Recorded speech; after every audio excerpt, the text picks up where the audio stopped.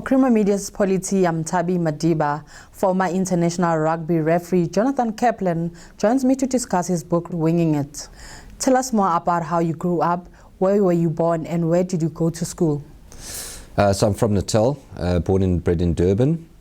I went to school at Carmel College in Durban up until the end of Standard 6, and then moved to Joburg to finish my schooling at King David Linksfield. What is the impact on you of your parents' separation? Yeah, it's an interesting question because I think some of it is a layered kind of effect. So, you know, some of it probably impacts on some of my behaviors. But I think generally I try to portray an honest view of how I grew up.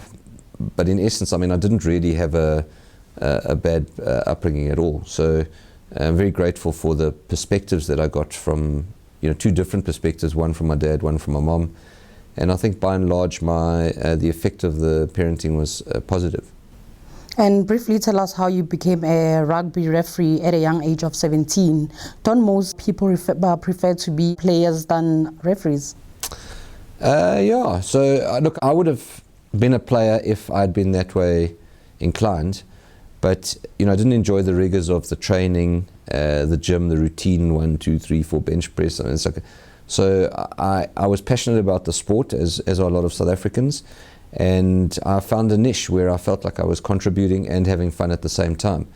And with a little bit of pushing from my mum, I became a Transvaal Rugby Referee Society referee in 1984 in my final year of school. And I'm actually in my 35th year as an active referee this year. So I've kept the trend, I've kept that sequence going for 35 years, which I'm quite proud of that actually. I don't think there's many people out there that have gone for that long. And during the 2011 World Cup, the manager of the International Rugby Board referee told you that you have to resign in a month's time. Tell us how that made you feel. Yeah, it was a very difficult time for me because in many respects I viewed my relationship with my manager at the time, Paddy O'Brien, as a good friend of mine. And I just felt that there wasn't much collaboration with me, despite the fact that I'd been around for the better part of a decade and a half at doing international rugby, and all I was really asking for was what I thought was a dignified exit, and I wasn't really afforded that opportunity. So in that respect, disappointing, but it shouldn't overshadow the many good times that I had. And in retrospect, in hindsight, that pathway ended when it did, so that I could embark on something, I wouldn't say a lot more important, but something which was a life dream of mine as well. You said some of the parenting and life lesson you learned came through your dogs. Tell us about the love of dogs and how did it begin?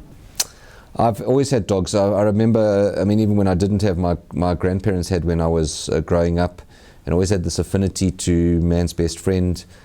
I always think that, dogs are great companions. And it sometimes fills up an empty house. I was often on the road, and come back to a house where there's there's no life, there's no people, but at least I had my dog, and so that provided a great source of joy to me, and also some sort of companionship. I've had all sorts of working dogs, in particular boxers, bull mastiffs, Staffordshire bull terriers, bull terriers, until eventually I stumbled across bulldogs, which I'd always wanted to have, and as soon as I had them, I knew straight away that this was the dog for me. So all in all, I've had 4, and as we speak today, the youngest one, Patat, is pregnant, and she could explode any day now. What made you decide to have a baby using a surrogate? Did you know much about the process at the beginning? I phoned a couple of friends who had followed a similar pathway and tried to find out from them what the drawbacks are. There were very little. I think by and large I'd made my mind up that life wasn't working out conventionally for me, and this was a pathway that would provide me with a child, in my case a son, that I'd been craving for all those years. When I finally did make the decision, I was 47, and it's quite late. It's late in the day, but no less happy an occasion, and especially if you wanted it that badly and you've been waiting for such a long time. As it turns out, I did have quite a long process with a lot of challenge, but it's a pathway that I'm very happy that I embarked on. So it's not for everybody, but if you follow the right sort of the right stepping stones, I think this is a really nice option available for people where life doesn't quite work out as they had planned. And tell us about the reaction you got from people. Generally very positive. I mean, there were very little that came back in respect of the negative. My dad questioned whether it was a good idea given that I was aging, but I reminded him that would his life be the same if he hadn't had his 6 children, and that pretty much kept him quiet from then on, because obviously children, we both agree that children are they enrich your life and they make it more special. So it wouldn't have made any difference to me in any case, because I'm that kind of character that if I wanted this and somebody or a few people said, "Oh, geez, what you're doing," and it would have made absolutely no difference to me, because I was already, in my mind, I was already well down the path. Tell us why you specifically chose to name your son Caleb. So I'm Jewish, and my family like to use Old Testament names, and Caleb has a very good story in the Bible. He was one of the 12 spies that went for the nation of Israel to check out the land of Israel, because the nation had been in the desert for 39 years, and together with Joshua came back with a positive message that Israel was a great land, and that they could easily find their way there and coexist peacefully with the other nations there. And he didn't see the downside. I was reminded this morning about the fact that there were giants in the land, but he didn't see the giants, he saw the grapes. And so that's the positive. So I quite like the fact that Caleb, the man, was brave, that he was happy to go into an unknown space which requires courage, and then despite the obstacles came back with a positive message. And for me, that's exactly what I would want, or one of the key elements that I'd want for my son. If he can replicate some of that story, I think he will have succeeded in life. And tell us about the challenges you went through when you said about seeking an egg donor. To get onto the platform is not difficult at all. You make a call or two, you go onto the platform and you choose your donor. That's not a difficult part. The part, obviously, if you've got your specs of what you're looking for, that's your challenge as an individual. In my case, I think I was doing pretty much what most people would do. I looked for key elements that I thought were important. For me, it was medical history of the individual, medical history of the family, either a university degree or a decent education, or in the absence of something like that, because not everyone can afford varsity, someone who presented well in the interview, and then also someone who was good looking. It's a pretty girl, because I think at the end of the day looks count. I mean, it's maybe a vain statement, but I think it holds true.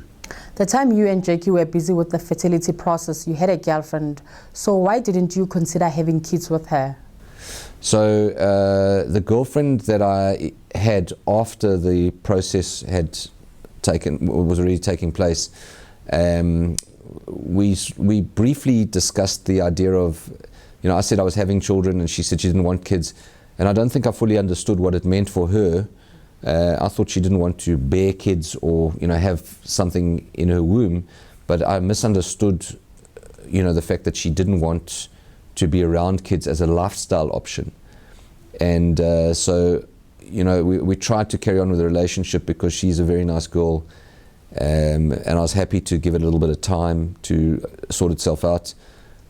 And so basically we said to her, listen, try and get to the date of the birth, and let's see if what is actually in your head is what you truly believe in, or if it's just something that you constructed.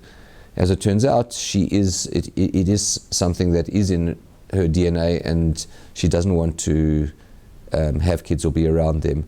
And so that basically ended our relationship, because there's obviously no point in carrying on. What are you going to tell Caleb when he asks about his biological mother? Also a good question. It's for some people not an easy topic to talk about. For me, I don't think it's that difficult. He's going to be presented with truth. He'll have a lot of avenues to question how it happened. But I think Jackie hit the nail on the head when she told me that you tell your son that you wanted this so badly that you were happy to do it without a lady by your side at the time. As it turns out, at the moment, I have another girlfriend that I've been dating for 16, 17 months. She's got kids of her own, and she treats my Caleb as one of her own children. And I think that provides him with the balance that I was always mindful of, in respect of the question that you've posed. So above all, he'll get honesty, he'll get support, and he'll get love, and hopefully he'll get that balance along the way from the partner that I'm with, whether I'm married or not. And lastly, could you recommend other people to consider surrogacy, and what advice could you give them? So for me, this was a very successful outcome. I've got a beautiful son. He's everything that I wanted. He's robust, he's smart, he's intelligent, he's witty. He's got so many elements to him that I would have liked before I knew him. What do I recommend?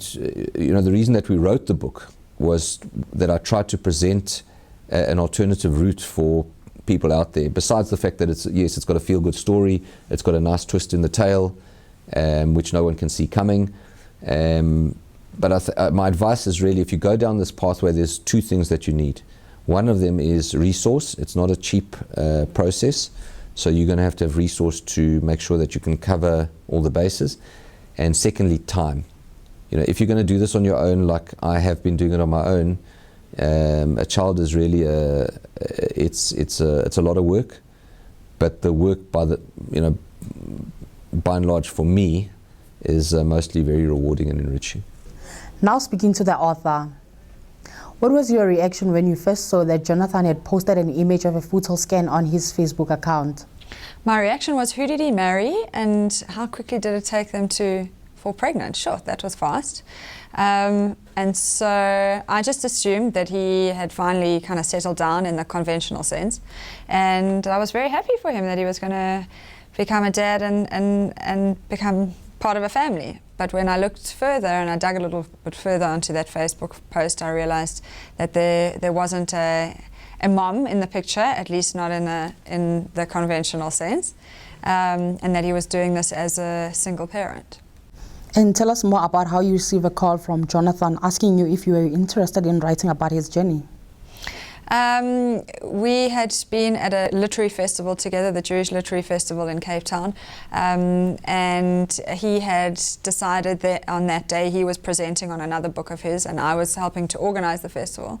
And he decided then that he wanted to get a writer and a biographer to consider the story, and he wanted to chat to me about whether I thought it was a viable project and if I'd look at doing it, because I write people's life stories. And I believe that every person has a story to tell, but I don't believe that every story is necessarily a book or can be written as a book. So he wanted to explore whether this one could. He had experience writing or collaborating on books before.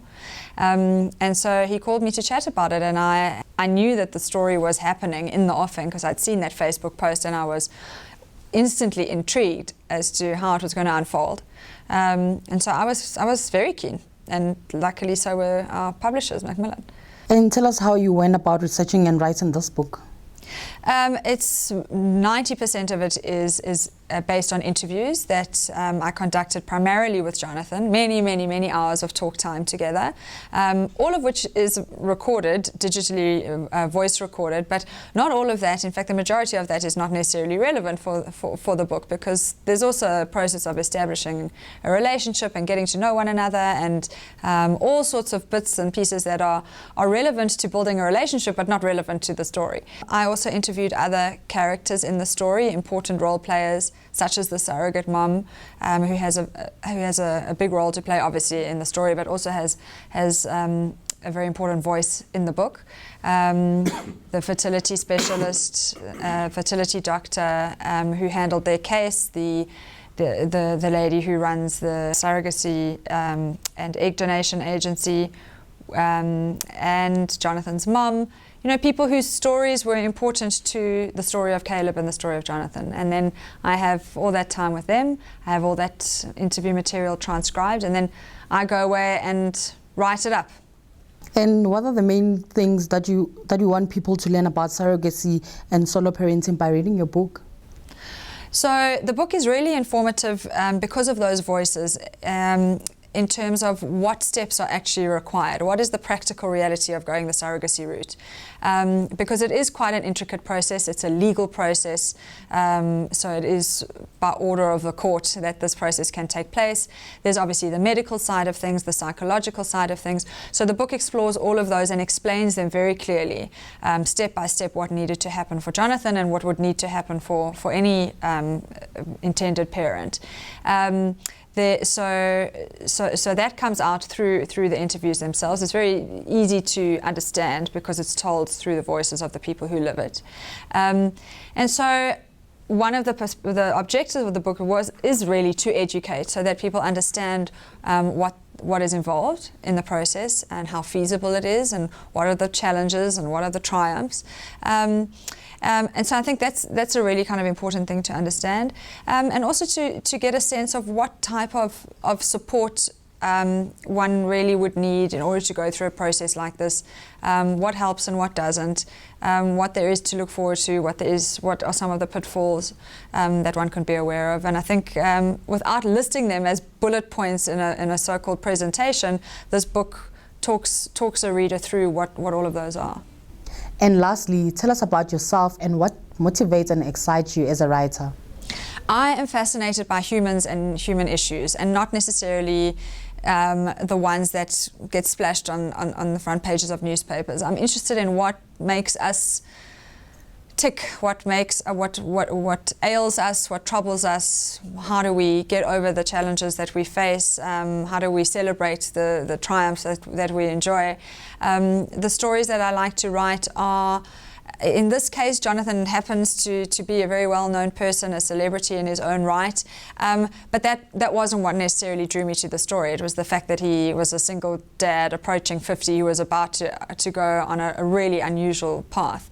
And so I'm always interested in the psychology behind the story. I have an academic background in psychology, and I like to flex those muscles of mine for a bit alongside the creative writing passion that I have.